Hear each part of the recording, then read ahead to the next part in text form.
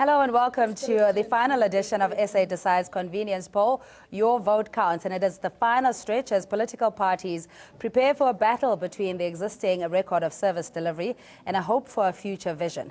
Now we take the voters' pulse on the final time before they cast their ballots, and today we have a power-packed show. And we have a comprehensive expert panel to discuss the political party standings just ahead of the 3rd of August, D-Day. And I'm joined by Phumzile van Damme, national spokesperson for the Democratic Alliance.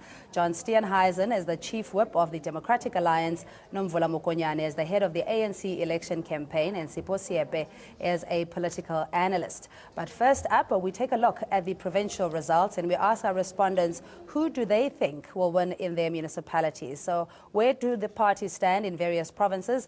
Is the contest as close as predicted in Gauteng? And how does the DA fare in the Western Cape? It's over to my colleague Shante.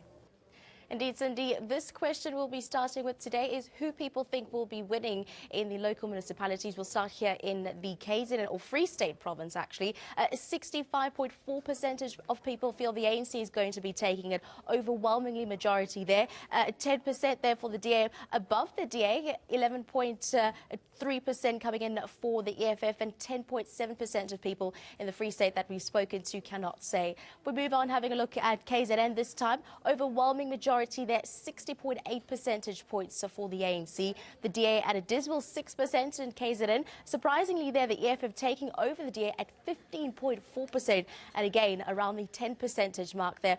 People can't really say. Having a look at Mpumalanga, once again, the ANC seems to be in the lead in this province, just below the 50 percentage mark.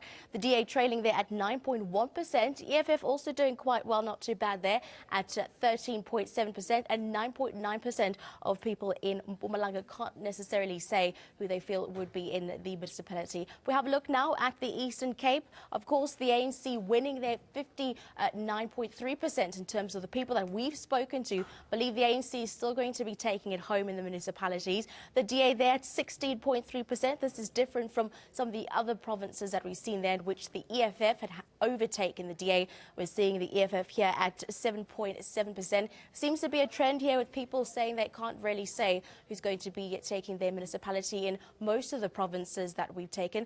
If we go into the Northern Cape here, the ANC in the lead once again, 55.8%, still hovering around that 60 percentage mark here. The DA at 15.3%. The margin is quite small here. EFF 9.5%. And here we see a bigger margin in the Northern Cape compared to the provinces that we've just seen here, with people who feel that they don't really know who would be taking their municipality in these upcoming local government election. We have a look at the Northwest. Again, the ANC seem to be taking it home, still above the 50 percentage mark, 56.9%. A smaller margin here in the Northwest between the DA and the EFF there. The DA at 14.9%, EFF at 16.7%, and a lower percentage here of people who aren't really sure who are going to be taking it in this upcoming election. Having a look here in Limpopo, 58.7%. Again, the ANC leads. Surprisingly here, or actually not surprising, because we do know that it is the EFF's home time, but interesting, we've actually seen here the EFF marking over that 20 percentage mark in Limpopo. Of course, the DA there trailing at 7.9%, and 9.5% of people can't say. That is quite a significant number for the EFF. Many were expecting him to do well, but not that well for above a 20 percentage mark. In Gauteng, one of the hotly contested metros here, 46.7%. We see here dips. Nevertheless, the ANC is still in the lead.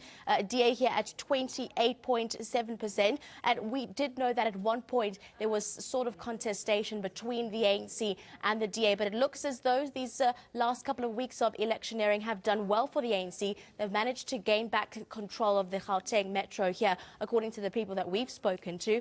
And the Western Cape here, the DA is in the lead at 40.2%. The ANC there trailing in second, and the EFF at 4.2, and a big number here of people who don't really know who's going to be winning in their municipality in the Western Cape province.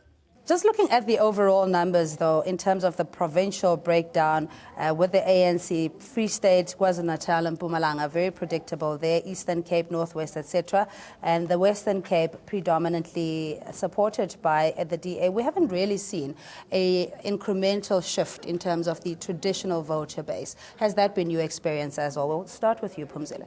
Yes, it's 6 days to go. It's all systems go for the Democratic Alliance. Our candidates and activists have spent hundreds of days going door to door, talking to voters about our message this election, which is about the need for them to vote for change that will bring jobs, that will bring better service delivery and honest governance. In Cape Town, our mayoral candidate, Patricia de Lille, has also spent a lot of time talking to voters.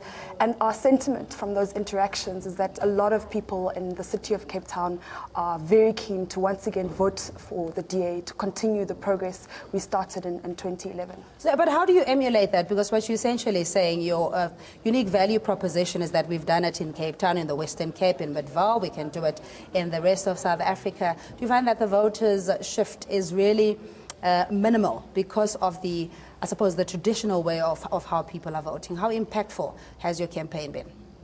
Well, I think that the momentum is certainly moving with the opposition, and that as we've taken our message around South Africa, it's found resonance, particularly with younger voters, 18 to 35-year-old, who do not have that emotional connection to any political party, but are going to vote for this time on the issues: unemployment, lack of economic opportunities, and service delivery. I think those are the people that are shifting their minds, and they're the people that are going to make or break this election, particularly for the opposition. All right, we'll go into the demographics and income groups and racial groups or social groups as well, but the social influence, I think, from all political parties is the ability to then win the minds and the hearts of voters. And it's not an easy decision to make, particularly in the older age groups, for people to deviate from their traditional party. The ANC has been taking a knock. We've seen primarily with the service delivery unrest, the questions around the leadership, etc. What has the impact been so far? We have been the first to acknowledge that there has been challenges, and that's why we went directly into voter contact, and through the voter contact we're able then to produce the elections manifesto, which then responds to the issues that the electorate actually speaks about.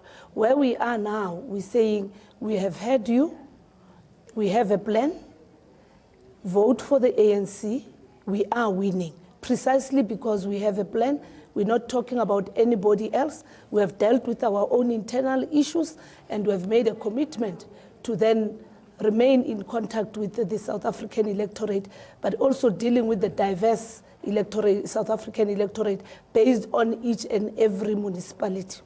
Yeah, Professor Siepe, is there the disjoint here in that provincially or at national level there is confidence in the ability to deliver services, and that the problem is where it counts the most at a local municipal level? Yeah, I think the first thing that we need to do is to look at the number of municipalities that are run by the ANC. It carries a big chunk. So if you're going to try to look at it from a broader lens, you'll find that the ANC still dominates. But it's also true that there is also a tide or almost a movement that suggests that we are moving into multipartism, where there's a growth of opposition parties. And I was looking at these statistics. I'm quite intrigued by the fact that the EFF seems to be doing well in a number of provinces. If you look at the Free State, KwaZulu-Natal and Mpumalanga. And the DA seems to have held, at least in places like Eastern Cape and Northern Cape. That also suggests that, in a sense, those areas where the ANC used to have a total control, the shift, if there's a disgruntlement, moves towards the EFF. And the ANC should not be threatened by this growth, because one of its struggles was to make sure that you have a democratic South Africa, and we also support a constitution that talks about multipartism. And they have actually delivered in terms of that historical Is mandate. it a message of fear, though, that we send to the voters? Because, as you were saying about that racial racial reconciliation, where largely the DA would still be seen as a white party. There's the white fear and the swart gevaar, in that, we continuously open the wounds of the past. Yes, it's relevant because we need to, for us to move forward, we need to know where we come from. And on the other side, that there hasn't been a barometer to really test the ability of the DA to cater for all South Africans and not necessarily for the already resourced areas. I think it's become a cliche, an old cliche, to say that the DA is a white party. And I'd like to invite people to come to our rallies and see whether or not the DA is a white party. The DA is South Africa's most diverse party, not only diverse in race, but diverse in terms of age. We've got many young people in Parliament, for example. We're diverse in all sorts of areas. The DA has grown significantly and will grow significantly this election. We're getting support from all different sectors of society. And I think it's also quite wrong to say that the DA is incapable of delivering for other races. Just today, there was a consumer satisfaction index that was released in the city of for South African municipalities, and the city of Cape Town came out tops, which shows that people living in the city of Cape Town are happy with the services that they're receiving from the government. This is not to say that it's perfect. There's a lot of room for improvement. I think what we're focusing on is on the periphery, not necessarily the city of Cape Town in itself and privileged areas, as it were. We'll get to the demographics, and I can tell you without any fear of contradiction that your traditional voter base is still largely white male, as the numbers will speak for themselves. So if you're trying to make inroads, particularly when it comes to the disgruntled voters from the ANC, for example, or even from smaller parties, do you think that the messaging is hitting the core of what people want to hear? Well, absolutely, it's hitting the core, and we wouldn't have been able to take control in places like the city of Cape Town if we were not able to break into other racial demographics. We got more black votes in the last election than the EFF got. We are making inroads among South Africans who've not voted for traditional opposition parties, who are now voting not based on emotional ties to certain political parties, but are voting for change for the current circumstances in which they find themselves. Where we govern, we've proved that we are the rising tide that lifts all boats. We govern for all South Africans. Where the DA governs, life gets better for all South Africans. And that's by government's own reports. Memo Kanyana, I'd like to refer to statistics, and Stats SA, being a credible government agency, had come up with the home survey, or rather the quality of service delivery, that had proven that in certain areas, yes, governments or political parties have done well, but when it comes to areas that are depressed, distressed, Langa, Khayelitsha, etc., there are problems there. That is not to say that the ANC is perfect in areas outside of the metropolis. So what is it that you're doing, or you're saying to voters that we're going to do better? We're not only saying we're going to do better, we have a plan on how we are going to do things in a much more reliable way, making sure that services are much more reliable. Amongst other things that we can proudly state, say if you look at Mogale City, a local municipality which is not a metro, it is one of those municipalities that has service delivery that goes beyond established townships, that reaches out to informal settlements, providing reliable basic services. Contrary, and I think it is correct to say Cape Town comes tops, precisely because over the past 10 years, none of the informal settlements in Cape Town have been formalized.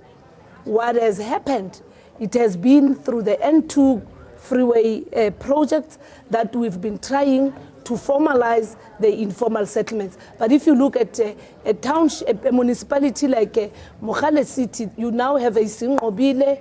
Today in Beckersdal, you have some of the informal settlements that have also been formalized, and hence the impact of urbanization in the ANC-controlled areas is not actually being used to punish those that have moved on. More of the informal settlements that have been formalized are not in the Western Cape, are more in these small municipalities, including the metros such as Ekurhuleni here in Gauteng. Yeah, I still refer to the household survey and the stats that we've done. We've got a team of over 65 reporters, data collectors who have gone to over 18,000 people to find out their own experience when it comes to tangible brick and tar and mortar structures and service delivery. And the numbers still come up in favor of the ANC. If you look at even in the Western Cape, the ANC is now at 31%, with the DA enjoying a support of 40.2%. One could argue that is not necessarily a very comfortable lead that should let you lie,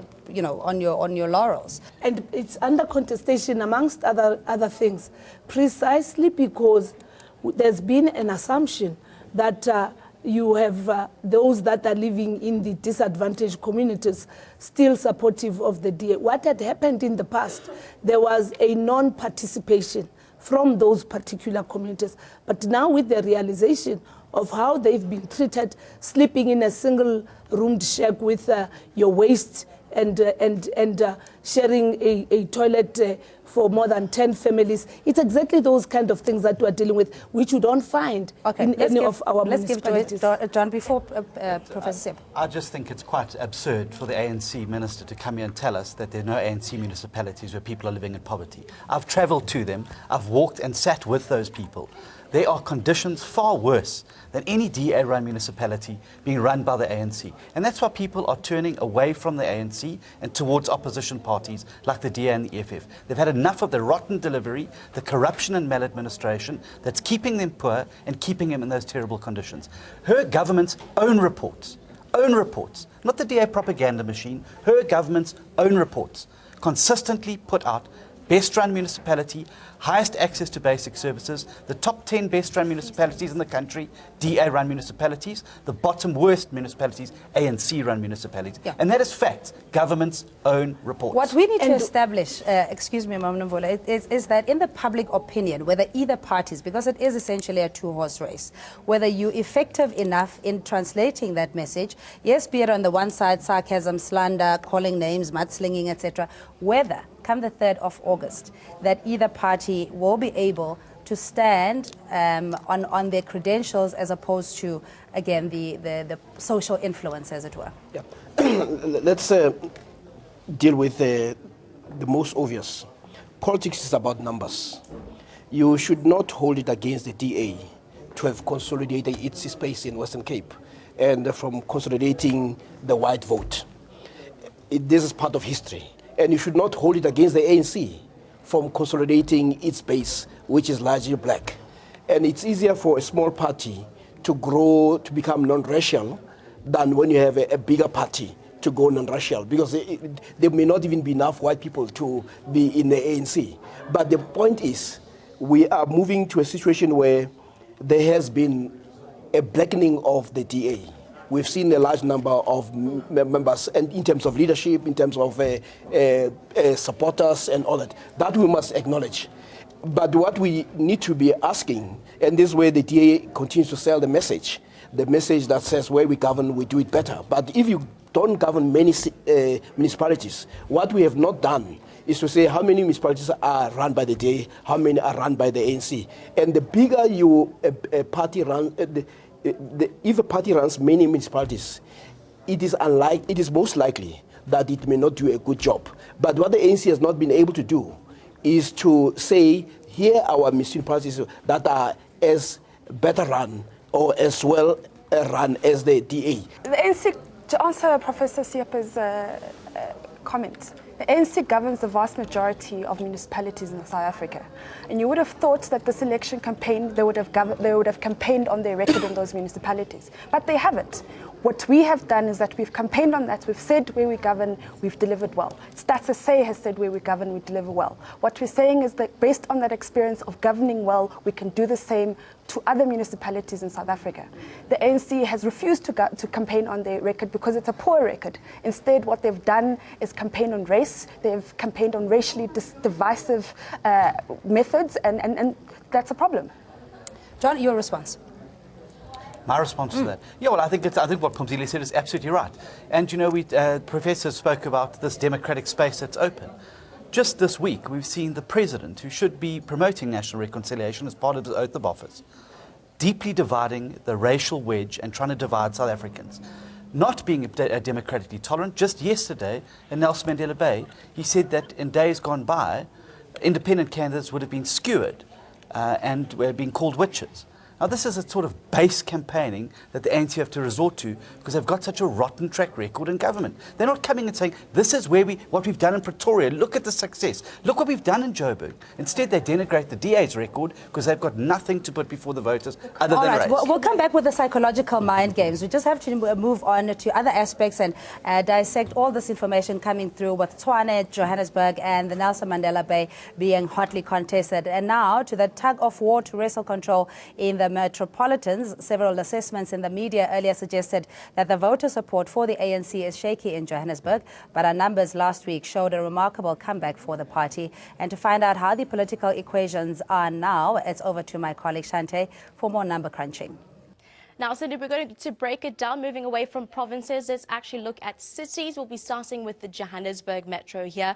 Very hotly contested metro in these local upcoming elections. Well, the people that we've spoken to, 49.8%, of course, believe that the ANC will be winning in the local upcoming elections there. The DA not too far behind, 35.1%. However, the margin has widened. If we have a look at some of the previous week's numbers that we saw, the margins were between 40 and 40, and he had almost widened nearly 10%.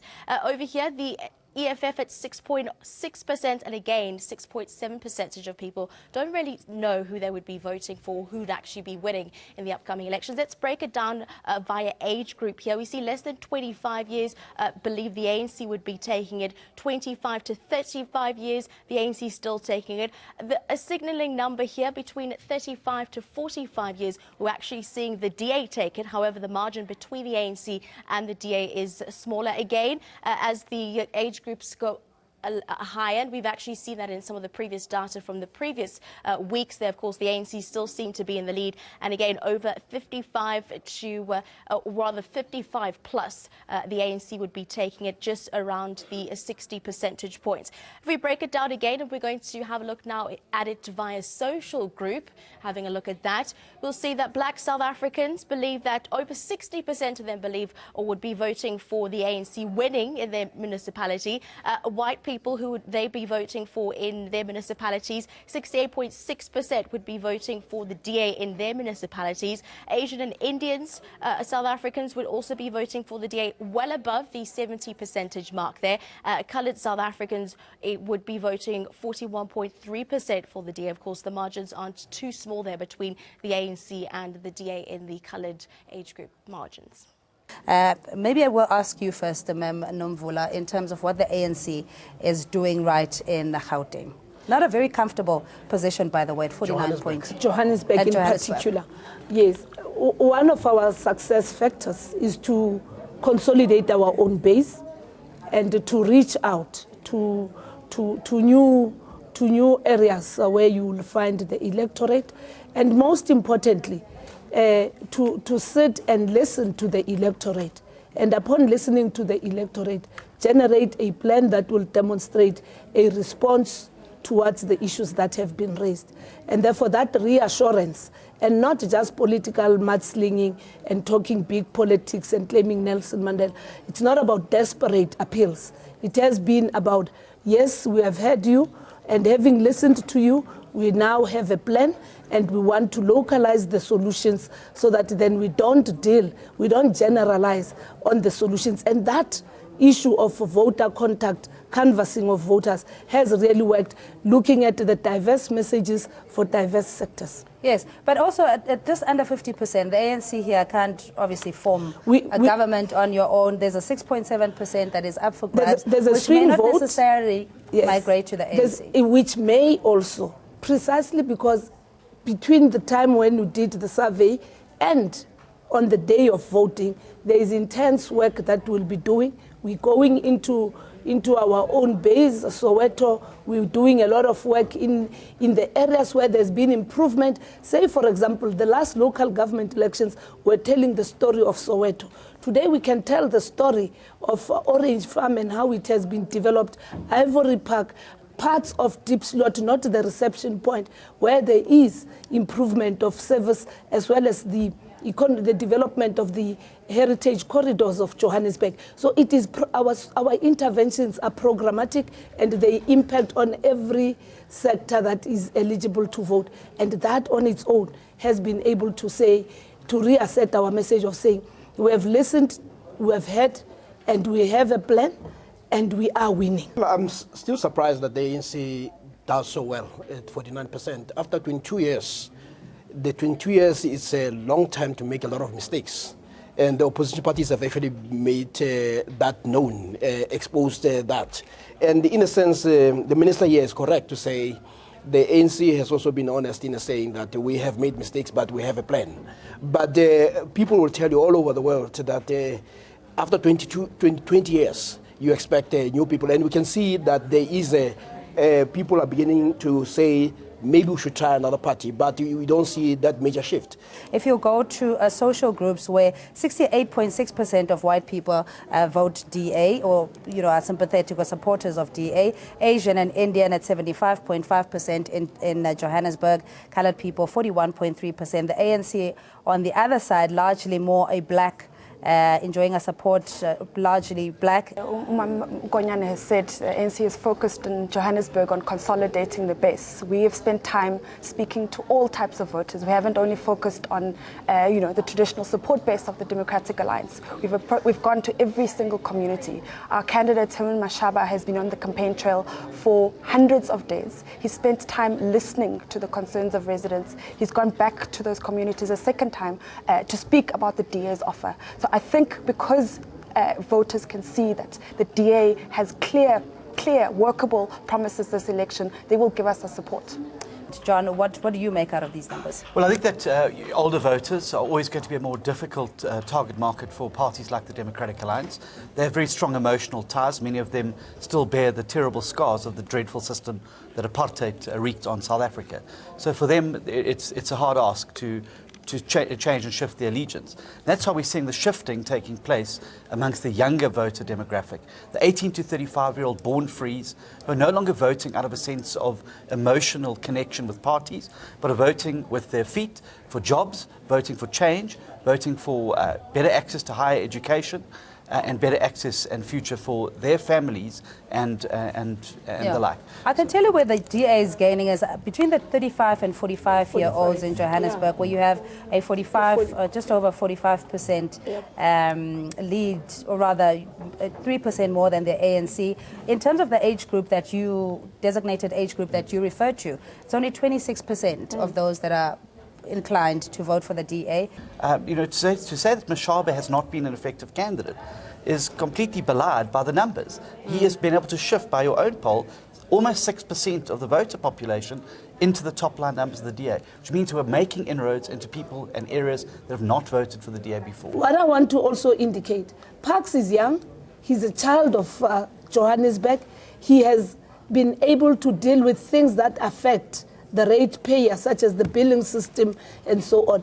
He's been at pains to really promote Johannesburg as an African city that is inclusive and tolerant. And most importantly, he has not actually, as it has been said, been abusing the government resources. What he has been able to do is to be very, very accessible.